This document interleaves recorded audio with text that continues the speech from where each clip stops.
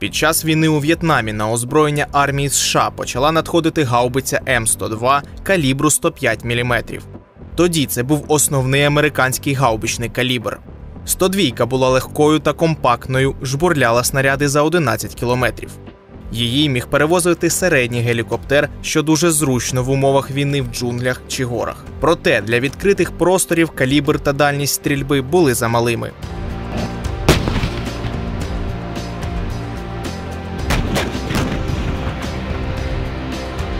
Наприкінці 70-х років країни НАТО почали розробляти та використовувати гармати калібру 155 мм, а у Варшавському блоці збільшувати кількість систем 152 мм, які зараз у нас на озброєнні.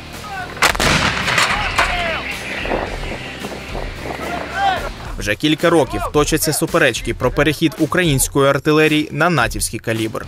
Навіть якщо б у нас були б дуже великі запаси 152-го калібру, далі постало б питання з ресурсом стволів, з яких ми б стріляли цим калібром. Це все вже старі системи, і скільки їх не ремонтує, від того вони новішими не стануть.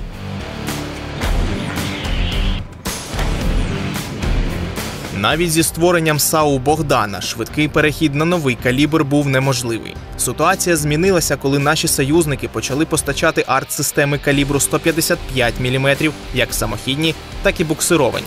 Це американська гаубиця М777 155-го калібру, якою вже користуються наші українські артилеристи. За допомогою цієї зброї наші захисники знищують ворожу техніку та особовий склад на досить великих відстанях. Водночас з опануванням нової зброї наші військові продовжують використовувати старі зразки. Найближчими за характеристиками до М777 є буксировані гаубиці «Гіацинт» та «Мста».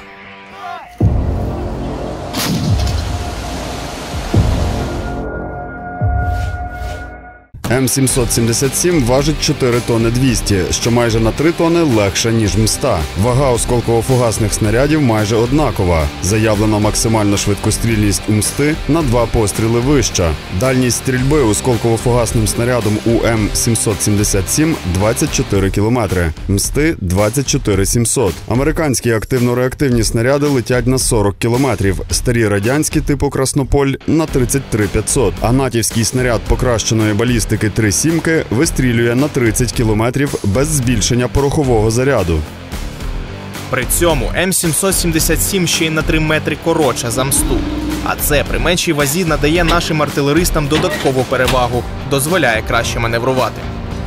Не хочеться нарікати на нашу попередню техніку через те, що вона нам добре послужила. Ми на ній справно, гарно працювали. Але це як порівнювати «Жигулі» БМВ. І то машина, і то машина. Різниця в цьому. Більш комфортніша, більш краща, більш далекобійна. Зараз у нас на цій системі ми набагато швидше зможемо змінювати напрямки стрільби. Ми зможемо змінювати і виконувати, знищувати більше цілей одночасно.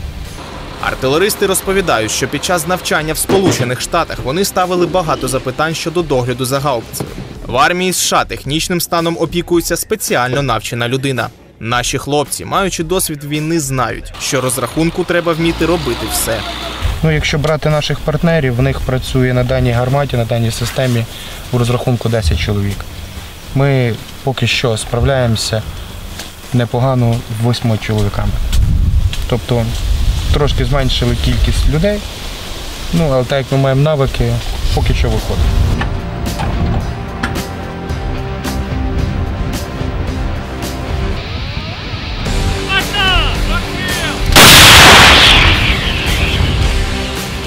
М777 вже неодноразово себе показував активно на фронті, зокрема під час зриву спроб росіян форсувати річку Сіверський Донець.